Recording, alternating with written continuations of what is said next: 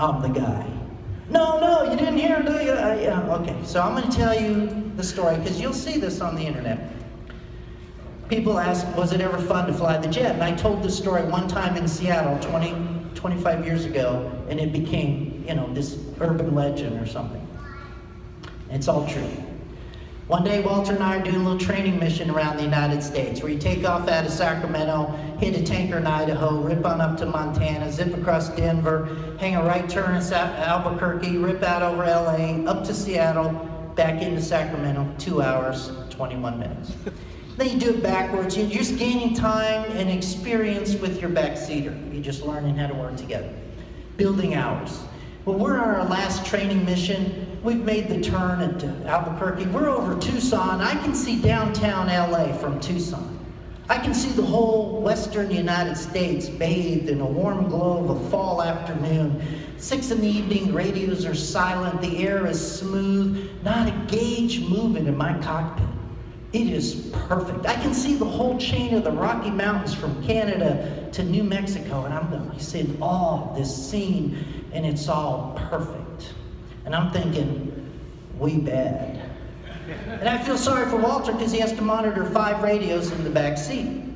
So I flipped the switch up, and those of you that fly know that what I'm about to say is true, that centers that control all the traffic, when you fly on United or Delta, and all the centers are controlling you.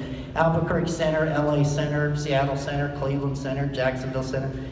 It all sounds like the same guy because they all talk really cool and they want to make you feel cool as a pilot. So they don't just talk normal. And I swear it's the same guy, but we kind of like it. So whenever you ask them a question, you're going to get talked to like you're somebody important. Those of you that fly Cessnas all know that, hey, that sounds cool. Well, we flip up the switch, and sure enough, this is in the pre-GPS days. People always want to know their ground speed because they get lost, or they got to get their position. Well, who knows? There's always some Cessna guy. He's got to know his ground speed. LA Center, Cessna November Alpha Tango, have you got a ground speed readout for us? Now, Center would like to say, hey, pal, who cares? Get our frequency. We got other things. But no, he's going to talk to him like he's Air Force One. Cessna November Alpha, we show you 90 knots, 90 knots on the ground. That's how they talk. I'm not making this up. Right after that, a twin Bonanza popped up to pimp the guy, I guess. Twin Beach, whatever, you got a ground speed readout for us, Center?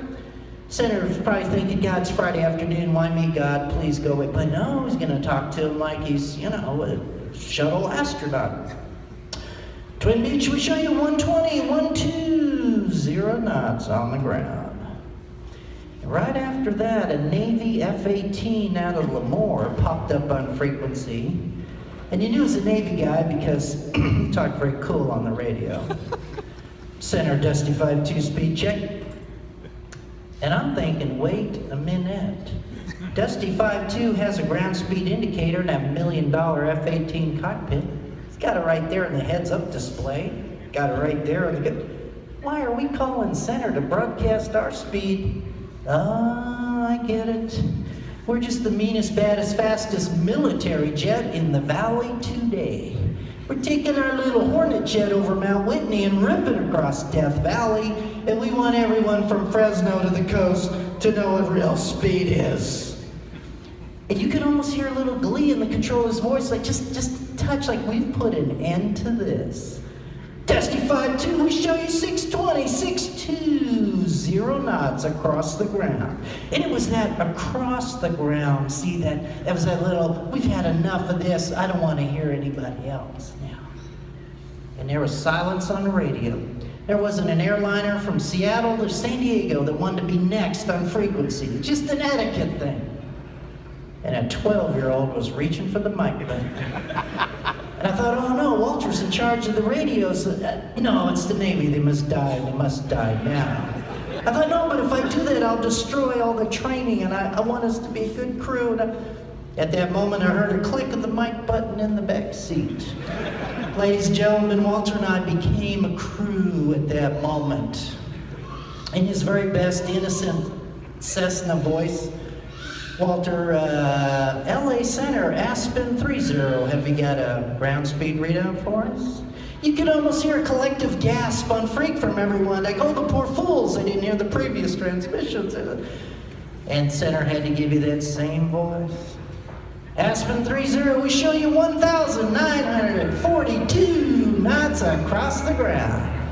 It was like a little glee in his voice. And I knew I was going to like Walter for the next 4 years is when he came back and said, Senator, we're showing a little closer to 2,000.